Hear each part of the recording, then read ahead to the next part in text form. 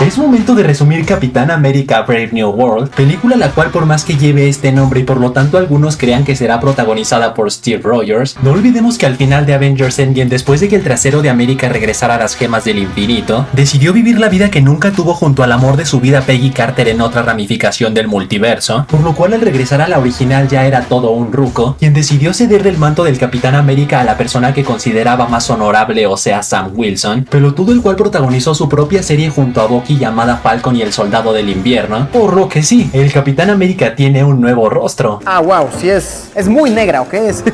indudablemente negra. Todo empieza dejándome como novia de pueblo esperando la poderosa intro de Marvel Studios, pero al final nunca apareció, seguido del ex general Ross, ahora presidente de Estados Unidos, dando la buena noticia de que la masa celestial que recién surgió del océano contiene un mineral que después de ser procesado se convierte en un metal incluso más resistente que el vibranium llamado adamantium, y que él personalmente se encargará de trabajar de la mano con otros países para hacer de este mundo un lugar mejor, discurso el cual no es muy bien aceptado por la prensa, ya que muchos lo culpan por el desastre que provocaron Hulk y Abomination en Harlem hace unos años, y que hasta su propia hija Betty lo odia por intentar arrestar a su exnovia Bruce Banner, y de ahí damos un salto a 5 meses más adelante, donde Ross ahora sí ya como presidente manda al Capitán América y al nuevo Falcon Joaquín Torres a Oaxaca, México, pero no para zambutirse unas enchiladas de mole, sino para recuperar el único fragmento de adamantium procesado hasta el momento que fue robado por un grupo criminal llamado la Sociedad Serpiente, así que después de unos cuantos guamazos por aquí y unos cuantos guamazos por allá, logran recuperar el adamantium y regresarlo sano y salvo a Estados Unidos. ¡Eres un puto superhéroe! Por lo cual Thaddeusz Ross en agradecimiento invita a Sam y a Joaquín a la celebración de su día número 100 como presidente, los cuales aceptan pero con la condición de que también asista su entrenador personal y amigo Isaiah Bradley, el cual gracias a la serie de Falcon y Winter Soldier sabemos que en los años 50 fue sometido al suero del supersoldado en contra de su voluntad, pero nunca se supo nada sobre él debido a que lo trataron como rata de laboratorio y estuvo en prisión durante muchos años, celebración la cual empieza con la buena noticia de que el presidente quiere que Sam comande un nuevo grupo de Avengers, pero termina con la mala de que Isaiah de la nada se levanta para rostizarlo a balazos y luego escapa, animal el cual es arrestado a los pocos segundos, pero extrañamente no tiene ni idea de lo que acaba de pasar, así que Sam inmediatamente se reúne con el presidente para intentar comprender qué concha pasó, pero son interrumpidos por la asesora de seguridad del presidente llamada Ruth para decirles que el suceso terrorista en realidad fue un ataque coordinado, ya que aparte de Isaiah hubo otros 4 tiradores que reaccionaron tras escucharse una canción llamada Mr. Blue. El problema es que como a Sam le interesa más liberar a Isaiah que la seguridad del presidente, le dejan en claro que por más que lleve el manto del Capitán América, él no es ni jamás será Steve Rogers. Tú jamás vas a ser digno. Así que a Sam no le queda de otra más que investigar el caso por su propia cuenta, primero visitando a Isaiah, quien extrañamente tiene una laguna mental desde que llegó a la Casa Blanca hasta que fue arrestado, y segundo con Joaquín descubriendo que los celulares de todos los tiradores emitieron un destello de luz instantes antes del ataque, por lo cual Sam llega a la conclusión de que fueron víctimas de un control mental muy similar al que sufrió uno de sus amigos, o sea refiriéndose a Bucky, pero en eso, ¡pum!, la investigación se ve interrumpida por un ataque del líder de la Sociedad Serpiente llamado Sidewinder, quien le confiesa a Sam que la reunión en Oaxaca, México consistía en venderle el adamantium a un muy buen postor, pero al su comprador predecir que la venta iba a ser interrumpida por el Capitán América, le pagó una muy buena suma de dinero para mejor centrar todos sus esfuerzos en asesinarlo, pago el cual era tan alto que ni siquiera le importó perder el adamantium y que cayera en poder de Estados Unidos, así que después de dejarlo totalmente knockout y arrestarlo, Sam inmediatamente le pide a Joaquín usar sus habilidades de hacker para dar con la ubicación del comprador misterioso y emprenden camino hacia allá, y de ahí nos vamos con la asesora de seguridad del presidente Ruth, quien al ir camino a la prisión para interrogar a Isaiah, resulta que uno de los guardias también está bajo control mental y asesina a los otros 4 tiradores para después volarse los sesos él mismo, por lo que empieza a tener sospechas de que Sam tenía razón, así que de ahí nos vamos precisamente con este inútil, quien junto a Joaquín logran irrumpir en una pequeña prisión clandestina, donde extrañamente por dentro resulta que es todo un laboratorio propiedad de Samuel Stearns, o sea el biólogo celular visto en el increíble Hulk, quien en su afán de ayudar a Bruce a liberarse de su radiación gamma, fue ultrajado por Emil Blonsky para ayudarlo a convertirse en Abomination, mientras que a él por su parte accidentalmente le cayó sangre irradiada de Bruce en la cabezota, la cual no le otorgó fuerza a nivel Hulk pero sí un intelecto a nivel supergenio, prácticamente una calculadora humana también conocido en otros universos como el Dr. Mengeche. ¿Vos conocés al Dr. Mengeche? El que te llenó culo de leche.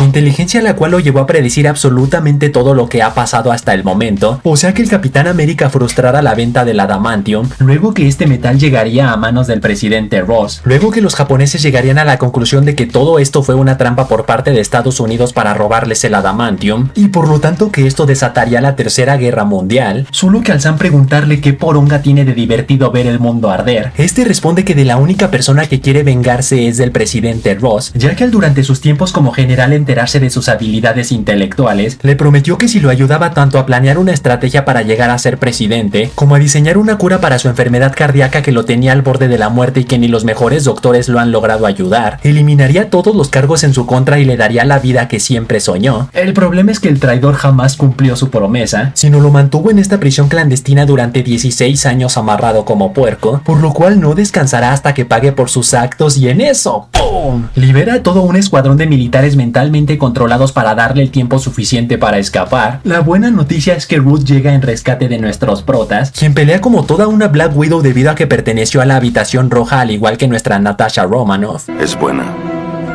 No tienes idea. Así que ya una vez sanos y salvos, el equipo va a toda velocidad al Océano Índico para intentar detener los guamazos, por un lado diciéndole al presidente Ross que ya saben su gran secreto, por lo que o le baja 3 rayitas a su desmoder o lo revelarán de forma pública, y en cuanto a los japoneses los ayudan a enfrentar a los cazas estadounidenses que están bajo control mental, para que de esa manera se den cuenta que ambos países están del mismo bando y detengan sus ataques. La cuestión es que de aquí surgen otros dos problemas. El primero es que al Falcon querer derribar un misil a destiempo, por animal le explota en la cara y termina muy grave en el hospital, lugar en el cual Sam devastado es visitado por su hermano del alma Bucky. ¿Qué está pasando, doctor? ¿Qué está pasando? Quien se avienta tremendo sermón diciéndole que la fuerza que lo caracteriza no proviene de ningún suero del supersoldado sino de su corazón, y por ello es que Steve no se equivocó en haberle dado el manto del Capitán América. ¿Qué? ¿Eso ya lo habías escrito?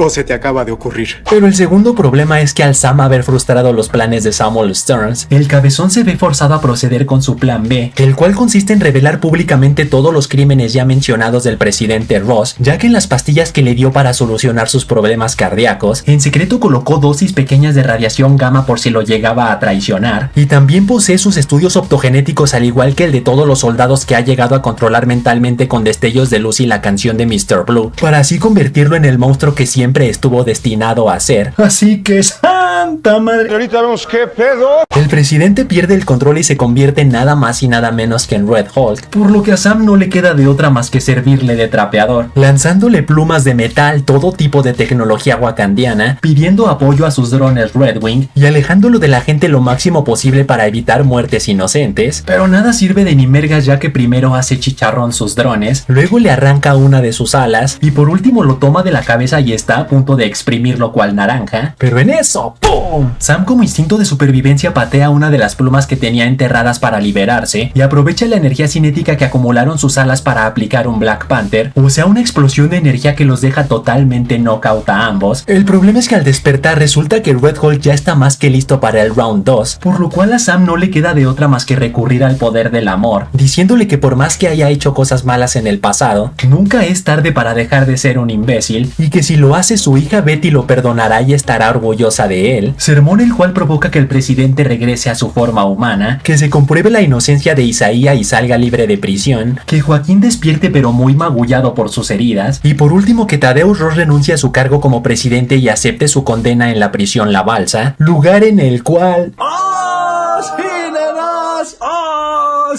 es visitado por su hija candente Betty para hacer las paces. ¿Quién es la más bella monstrua que hay en Monstruópolis? Pero eso no es todo, falta la escena postcréditos, en la cual al Sam visitar al líder en prisión, el cabezón le advierte que según sus cálculos los Avengers no son únicos y el mundo tampoco es único, por lo que será interesante ver qué sucede cuando tengan que protegerlo de los otros, lo cual en un principio hace creer que se viene guerra mundial Hulk con bestias gamma provenientes de otros planetas como Sakaar, pero al final más bien da a entender que habla sobre la existencia del multiverso, tierras alternas y variantes de nuestros héroes que puede que en otras dimensiones no sean héroes, por lo que habemos Avengers, Doomsday y Secret Wars. Mamadas, lleve sus mamadas, unas buenas mamadas sin... Así que hasta ahí, chavales, hasta ahí. Tú pon en los comentarios qué calificación le das a esta película del 1 al 10. Y recuerden que pueden seguirme en Instagram, donde publico noticias y tarugada y media. Y saludos para Zacarías Cortés Espíndola, Luis 16, Leo Filareto, Luis Ver, Armand Durán, Mata Dolores, The Willia que dice: Killer, qué gran carisma, energía y canal tienes. Demonios.